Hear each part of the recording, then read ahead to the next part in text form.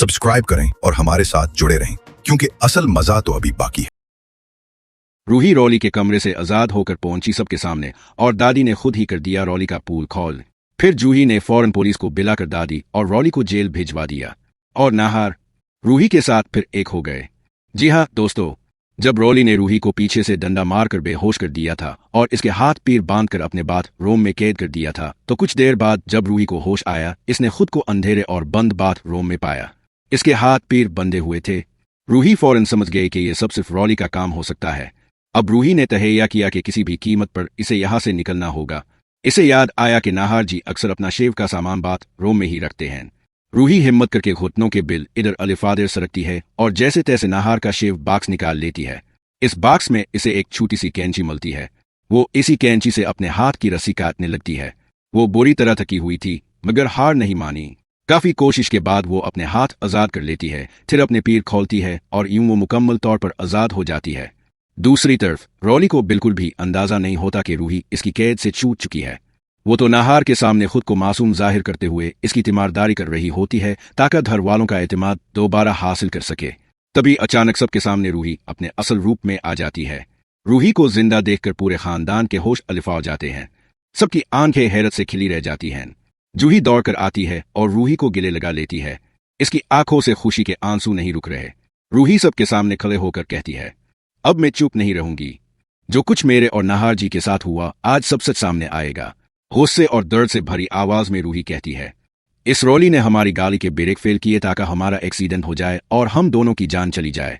और दादी और छोटी मम्मी यानी सोनी ने मिलकर जूही और समर के दरमियान जाली तलाक के कागजात तैयार करवाए ताकि उनका रिश्ता हमेशा के लिए खत्म हो जाए। पूरे घर के अफराद सुन हो जाते हैं। सबकी नजरें दादी, रॉली और सोनी पर जिम जाती हैं। कुछ ही देर में पुलिस घर आ जाती है। इंस्पेक्टर गुस्से से पूछता है, कौन हैं ये लोग और उन पर क्या इल्जाम है?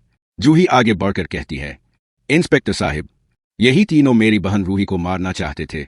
उन लोगों ने इसकी जान लेने की कोशिश की, इसे कैद में रखा और पूरे खानदान को धोखा दिया।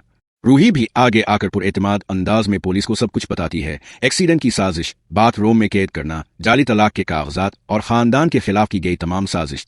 इंस्पेक्टर कहता है, अगर यह सब सच है तो कानून के मुताबिक उन सबको सजा जरूर मिलेगी। अब रॉली रोते हुए रूही के कदमों में गिर जाती है और कहती है, बहन मुझे मुआफ कर दे, मुझसे बहुत बड़ी गलती हो गई। दादी और सोनी भी हाथ जोड़कर मुआफी मांगती हैं, मगर इस बार रूही की आंखों में कोई नरमी नहीं होती। वो सख्त लहजे में कहती है, अब मुआफी नहीं मिलेगी। अब तुम्हें अदालत में जवाब देना होगा, क्योंकि जो किया है इसका हिसाब कानून लेगा। पुलिस तीनों को हथकड़ी लगाकर गिरफ्तार कर लेती है।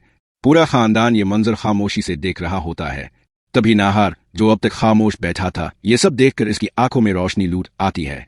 इसके जिस्म में हरकत आती है और वो आहिस्ता आहिस्ता अपने कदमों पर खड़ा हो जाता है। रूही दौड़कर इसके पास आती है। नाहार इसके माथे को चूमता है और इसे सीने से लगा लेता है। समर और जूही भी साथ आ जाते हैं और चारों एक साथ खड़े होते हैं, मुत्तहिद, मजबूत और सच्चाई के साथ। मगर कहानी यही खत्म नहीं होती। रूही की आंखों में अब भी एक अधूरी तशनगी बाकी है, क्योंकि इसका बेटा रोहान अब भी इससे दूर है। वो जूही की तरफ देखती है और कहती है, अब अगला कदम रोहान को वापस लाना है।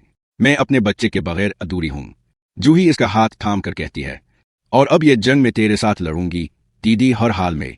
तो दोस्तों, अगर आप चाहते हैं कि रूही और नाहार को उनका बेटा रोहान वापस मिल जाए तो इस वीडियो को लाइक करें, चैनल को सब्सक्राइब करें और कमेंट में लिखी आई सपोर्ट ए जूही।